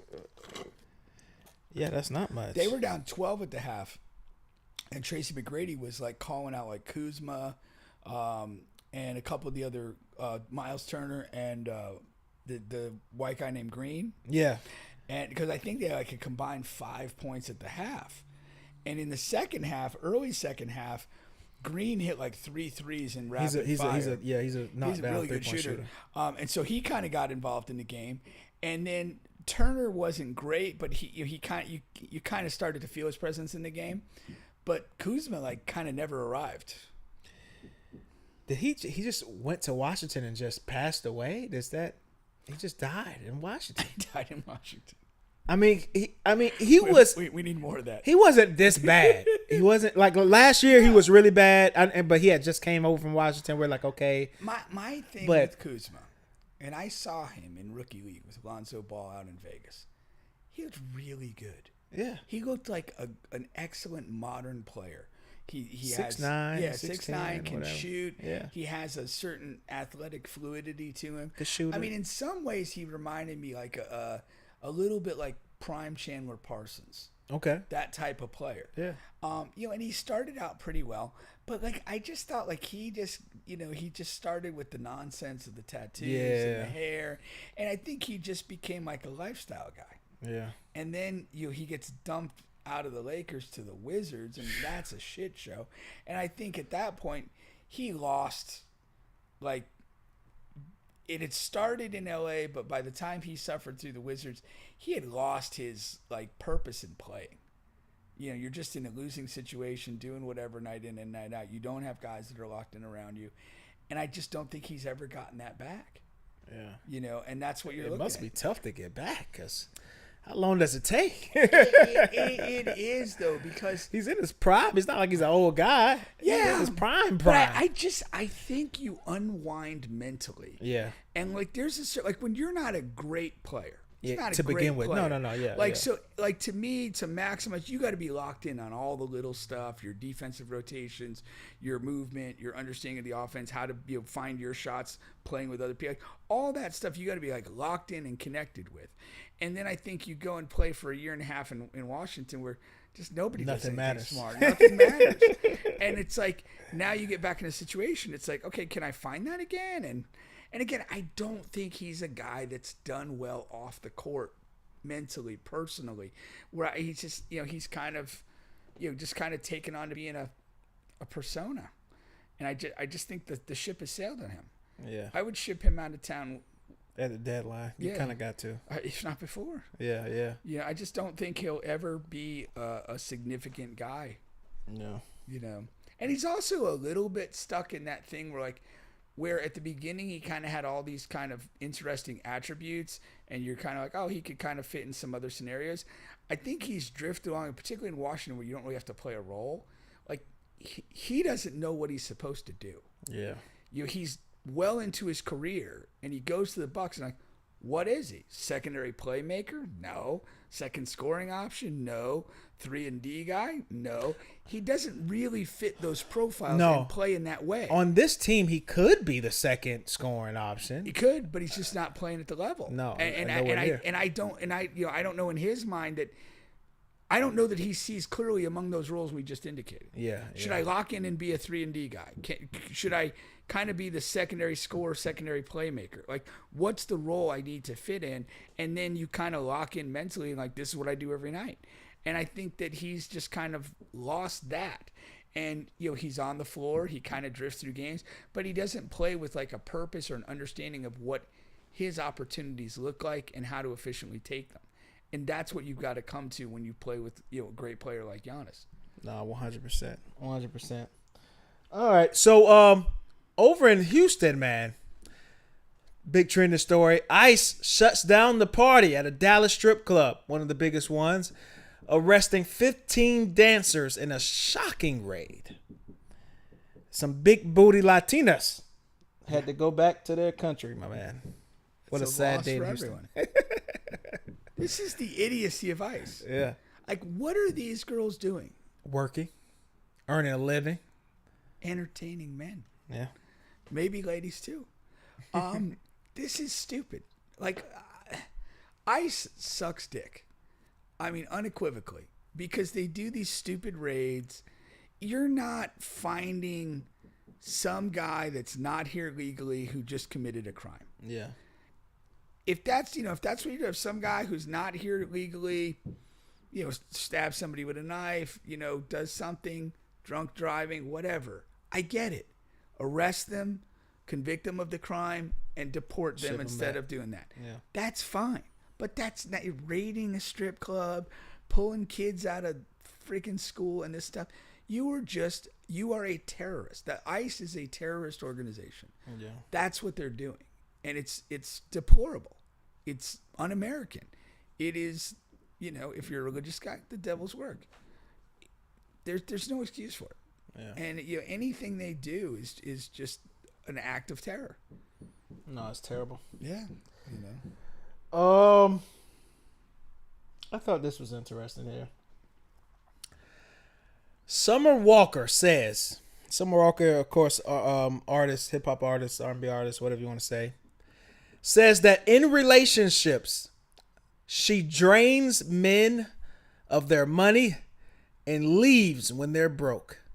She says, ladies, if you're ride or die, you'll die. Men are just providers. That's it. And you are just a whore. That's all she is. That's all, like a bunch of fancy words to say that I fuck for money. And when the money's gone, I'm gone too.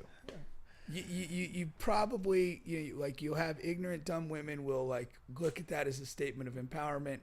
All it is I am a paid whore. Like, we didn't already know. Surprise. Oh yeah. That was more surprising than the ice raid at the strip club. Summer Walker's a prostitute. Imagine that. What a shocker. Yeah. I mean, that's the mantra for 72% of all women. Like, if you think about it. Yeah. How many women do you know that are not looking for financial advantage?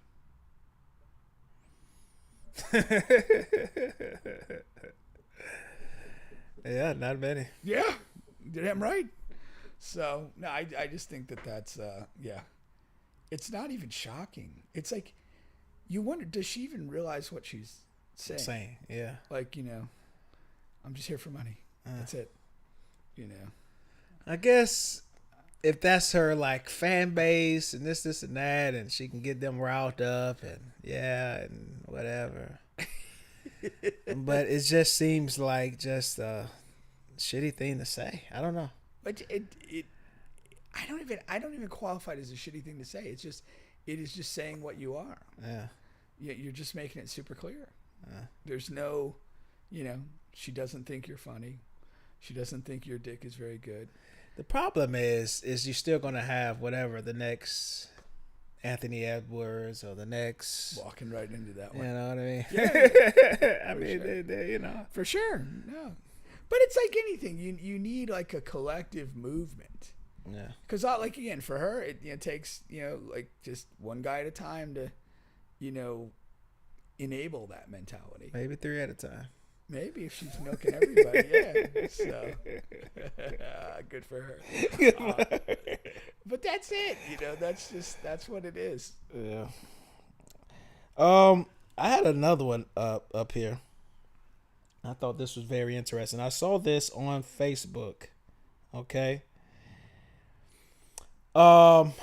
It's pretty long. She says, I don't care. Isha. She says, I don't care if we live together in a whole relationship. Ain't nobody finna screw on me every day. This has been a major issue in relationships for me. Men will literally want to have sex or get head every day. Like, damn. They don't be wanting to skip a few days. Hell, if it was up to me, I'll skip a week, 2, maybe 3. There's so many other ways to be intimate besides having sex, and people don't realize that makes the relationship get boring. Let my coochie and jaws breathe. This ain't that. I ain't had sex since July, and I feel so the F good. This is why I love being single. I can choose when I want to hunch without it being an issue. I really don't be craving that shit at all. Well, it's sad that it's gotten so bad between your legs that you don't feel the itch at all. This is what, but this, I wanted to do like. We can pour a 40 out for you. I wanted to do like low key, like a lot of women feel like this. Yeah. Cause I know, like, I mean, just tons and tons and tons of married men that I come across. I mean, like 90% of married men I come across be like, yeah, I have problems like getting, coochie or something from my wife when I want it or here and there. No, and I don't even think in a setting of marriage. I think that like I've had issues with just in simple relationships. And it's funny because this is why all of this stuff is very tiresome. Typically, when you first meet a girl, there's an attraction, there's a vibe, and you start being intimate. It is like every day. Yeah, they don't have any issues. Whatever you suggest, oh yeah, let's do that. Yeah. And then when you get to a certain point, comfort, complacency, then it's just like, oh, we gotta do this every day. Like, yeah, that's how it started. That's how it needs to finish. So what in the beginning did they feel like it was work, or was it literally just a bait and hook? I mean, I don't understand. I feel it becomes like a bait and switch type of thing. I think that a lot of women need, feel that they need to do that early to attract a man, and then there's usually like a breaking point where the woman feels a certain comfort in the relationship that she feels she doesn't have to do all that anymore, and then it's kind of like, oh, yeah, like that's the reason we're here. Like, that's the thing. I do think that's a mentality. Is they have to, put on the show early and then kind of slow it down later. Yeah. And it'll usually also get with that whole, like what she's saying about like the other ways to be intimate, and there are, but they usually lead back to certain places, and that's okay. I mean, you don't want to necessarily like robotically have sex with a person the same exact way every time. Like that's probably not the answer. But yeah, I mean, it is funny, but it's fairly common. Yeah. I think if there's a woman who stays sexually energized for a long period of time, into like some sort of stable situation, you're really in a good situation. You're that guy. Next, what I have here, and actually Big J in the comments kind of beat me to it here. Okay. Jay-Z comes out and says that no rapper can touch him in a versus. Ain't a soul alive that can stand on that stage with me. Now, of course, I believe he came out and said this because of the most recent verses that we had, Cash Money versus No Limit, which was... Those are big words for somebody who looks like a lesbian professor at a liberal university. Look at it. Which, that versus Cash Money versus No Limit, for me was just a big flop, which I should have saw that coming. Now, No Limit, it had some good performances, things like that. Birdman just really screwed it up for Cash Money. Then... What did he do to screw it up? Oh, man, he was just a caricature of himself. He's just always on the mic talking and just blurting out random stuff at random times, not letting the song go. It was just like over and over again with that, and just talking about stuff that no one cared about. Like, I mean, this is a versus between No Limit and Cash Money. What are you talking about? Shout out to NBA young boy and the real ones never die and this and that. Man, what are you talking about, man?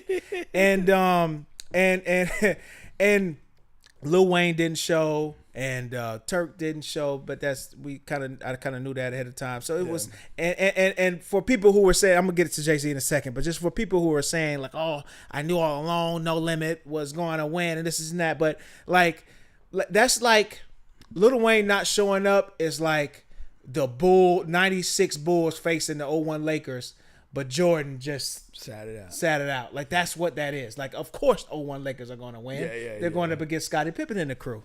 Yeah. Which is still a solid team. But you know what I mean? Shout out to Juvie. Juvenile, who did his thing. But anyway, with Jay-Z, okay? Now, Jay-Z has a ton of, we talked about this several times on the show, a ton of, like, really, great albums, great work. Early work, early Jay-Z work, and his entire career. I mean, he's had a long, successful career. I mean, he is one of the titans, especially when you're talking about doing a versus.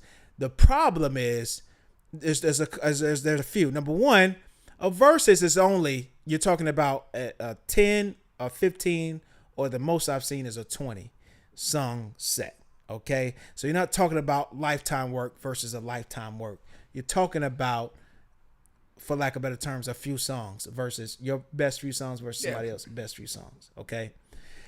Now, we can only do active rappers. There's two that automatically comes to mind, which Big J put in the comments, which is Kanye and Wayne. Now, both come with their own faults. Kanye comes with the point of, you know, can he really get up there and perform raps that he probably didn't write a ton of them? You know, and which is like widely known and not, you know, refuted and stuff. And then Lil Wayne, it comes the performance piece. Now, I'm a huge Lil Wayne fan, one of the biggest Lil Wayne fans on this planet. 1000% Wayne has the catalog to go up against Jay-Z. And what people will miss in this never to be done matchup is that I do think you will get the best version of Lil Wayne on that stage because of the competition piece. Yeah. Because of him coming up and always acknowledging, you know, Jay-Z and things like that. Like, you know, he would take this as his Super Bowl, as For his sure. like it would be so important to him that he would not trash can this performance piece. For sure. And the music will match. So, you know, I do think Jay-Z's out of pace there. Now, there are some other guys that I do think could be super competitive that will come up, like Andre 3000. I think that in a 10-15 song versus, I do think Andre will give Jay-Z a run for his money. You know, there's a couple of guys, man. So I haven't really watched verses like that. My question would be, they would be live performing the 10, 15, or 20 songs. Yeah. And by versus standards, do they play the songs pretty straight or do they play with the songs? Say that again. What do you mean by that? Do they basically deliver the songs for the most part like they are, you know, on the record, or do they kind of like do some stuff performance-wise with them? No. You're just performing a song. It's just like you're just performing the song as is. Okay, Yeah. but see, I to me a lot more interesting if they kind of play with the song and kind of maybe, you know, change a lyric, adapt a lyric to almost bring like a little element of battle to it. Yeah. You know, and again, like you're pointing out, the performance of it, like, you know, you could have like your favorite song, like, you know, that you listen to on your playlist, but like a dude could outperform you, you know, if he kind of does like a better version of his song. It's just, you know, it's just lit. Like there's a space for that to happen. 100%. But what we have seen a ton in these verses is just as is. Yeah. We've seen one artist outperform another. Yeah. And we've seen it pretty. Like I said, No Limit outperformed Cash Money, even though Yeah. they're just doing the songs as is. Right. Just with the energy. There was some guys like Birdman was forgetting lyrics to the songs. Yeah. Like you got stuff like that can go on. Oh, for sure. Yeah. You're not at that point. If you're forgetting lyrics, you're not even performing the song. You know, I'm thinking like some of these guys could have just a mastery of it that they're do the song, but then they they could kinda, No. I know exactly what you're talking about. Yeah. No, for sure. You know, now there's another massive Titan as well, but again, it just wouldn't be able to happen. But I do think Drake could take Jay-Z too in the verses, but there's just a lot of politics to that, and you know, it couldn't be anything that could happen like, you know, now and where Drake is at now. Yeah. You know, but you know, if Drake drops a massive good album, you let a little time go by. I 1000% believe he has the catalog to do it, and Drake is a good performer, so there's no worries there. But yeah, man. I mean, but you know, a lot of people are taking like they're mad what Jay-Z said. I'm not mad at all. I mean, I was gonna go. you're competitive. Two things I'd say. Like Jay-Z, like at his best, has like a really cool, casual performance vibe. Yeah. You know, when he did the unplugged thing, he was just kind of masterful with it. And it feels effortless when he performs. And so if he gets in that zone, he would be tough to beat. Yeah. But the other thing is, I was going to say, why is he saying this? Why now? Like, is he going to drop something? Is he just hungry for, you know, some attention? Like, what's going on here? I do think he's going to drop something soon. Yeah. But also it could be just because I know he was watching that. Like I said, he's watching that versus there. Yeah. And But I mean, it's not like he said it during any of the other verses. Right. So it's like, yeah. So he's like, yeah, why is he saying it now? Yeah. But yeah. No. But that's for sure. I wanted to respond to a couple of these comments here because you got Ali coming in. He says, respectfully, Deion turned the program around. He lost so many key players and is competing with the NIL. Okay, and so he's just responding to the video title. Yeah. No, all good, man. That's for me. That's just not a good enough excuse. When you say turn the program around, hell, our guy in Indiana turned the program around. I mean, like there's, and I don't know, did he turn the program around? I mean, I guess technically, I mean, if you go from 1 to 2 wins to 4 wins to 10 wins last year, 9-10 wins. I mean, and then you're back at trajectory. 4 this year. Now you're back in the dumps. So yeah, I mean, he turned it around, but like short term, without kind of sustainability is ultimately what the deal is.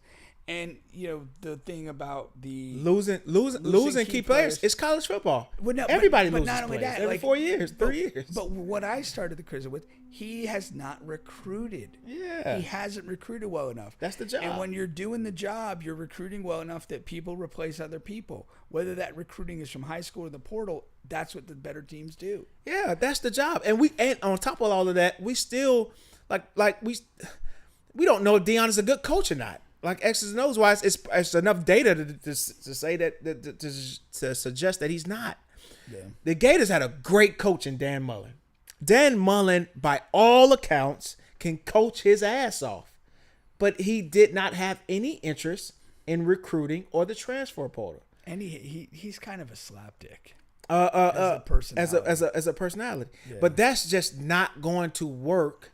At a program that's looking to win, and Deion with any program, with everything that he brings with the charisma and stuff like that, you're going to be looking to win. I mean, I hear what you're saying, but that's just not good enough, man. That's just not good enough excuse. The job is the job. Get the job done, or not. Go big or go home. As the great Bill Parcells said, "You are what your record says you are." No, 1,000%. But still, appreciate your comment though, 100%. All right. Let's go here, man. I wanted to go back to the NBA to talk about from this standpoint here.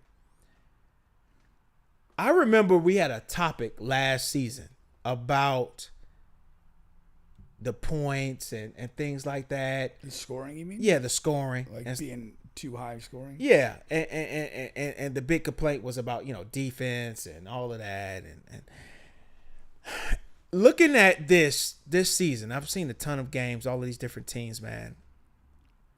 The skill level is so fucking high from like just random guys. Yeah. Like there's, when I was growing up, especially like in that, I won't say growing up, but I would say in that early 2000s era, like, when I was, really started watching basketball in the late 90s, early 2000s era, there was about 2 to 3 guys on the floor on every single fucking team, right? That you can just leave open, that you can, you know what I mean? And you can key off of, and that just doesn't happen anymore, man. Yeah, the game has changed significantly. And, you in the past, like you relied more on like kind of like ISO or basic actions with your main guy to make everything happen. And you also kind of accepted like limited function guys. You'd have a guy on the floor, he's a defender. He'll set a couple screens, but we're not asking him to do anything more than that. Or like, Dennis Rodman in his head, he's rebounding and defending. And he's not worried about a lot of other stuff. He's not even looking to do that. That's where the big changes occur. Now the expectation is that all 5 guys have to pose some level of offensive threat. And teams are largely getting away from isolation ball. You're getting more and more teams where everything is just like your initial action triggers the offense. And it's like, okay, we're doing high screen and roll. and we're having a little backside exchange. Once we get something going where we draw help defenders, we're moving the ball. We're not hero balling this thing anymore. And it's like, if I come off the corner downhill, help guy comes, I'm throwing opposite corner to a shooter. If there's a good closeout, we swing it again, or we drive the gap and then look to kick again. Most teams and that are good are not playing with dudes holding the ball anymore. I was gonna say that are good. Yeah. Yeah. Because you got a couple left that play like that. Yeah. But they're not standing at the end. Yeah. But a lot of the better teams, it is about moving the ball and taking advantage of basically what you want to do is create a defensive scramble. That's your objective. Yeah. And I can do that by driving by somebody in open floor and creating help situation. I can do that by having some sort of drive and kick action, and then maybe drive, kind of like the dribble drive stuff where you get kind of 2 or 3 drives in a possession with a kick out, and eventually the defense is compromised and scrambling and you get what you want. But teams are intelligently attacking defenses, and it's not that complicated. It is draw the extra player and move the ball away. Force a rotation, force a scramble. And when you do that, something's going to be open. Somebody's going to get out of position. But if you're just going to sit at the top like old school LeBron with Cleveland and Mike Brown and 1-4 low, and everybody could be in their help positions, you could have these tightly organized rotations because you know where everybody's going to be. That's not the way we play anymore. No. And guys have kind of caught on to that. And I wish guys would catch on to that at the park and in the gym because that's the way to play. Mm-hmm. Like you have like these guys that they'll want to hold it. They'll want to, just if they get in the lane, they want to finish. It's like, no, dude, there's 3 guys in the lane and we got 3 shooters around you. It has to be automatic movement. And a lot of people just don't understand that or unwilling to accept that that's the way to play basketball. And it's tough to watch. I was watching the Warriors with my son the other night, and he's kind of asking like, well, how do you coach basketball? It's like, football, you call a play every time you execute a play. And a lot of basketball, it's just understanding spacing and understanding like simple actions and playing off of that. Yeah. And early in that game, like they would do like a little crisscross screen action. Like post would come up and screen for Steph going one way, and it wouldn't quite get an easy basket. And then Draymond would be coming up to set a screen from the opposite direction. And then between the 2 screens, chances are you get something there, and it's just, you have to be willing to move. You have to be willing to move the ball. And if you do that, it's not a complicated game, and it's damn near impossible to defend. I mean, it does come down. Like, we're going to move the ball well enough every possession that we're going to get a good shot. Yeah. Do we hit it? That's it. Do we hit it? That's what it comes down to. I mean, you go back to like D'Antoni's offenses and stuff like that. They were always going to get good shots. Yeah. And it's just a matter, do they hit them? Do they go cold? When they played the Warriors that one time, I think they went like 0 for 14 down the stretch on basically open looks. 100%. All right. Well, that has been the show for today. We'll catch you guys next week. Yes, indeed. OTB.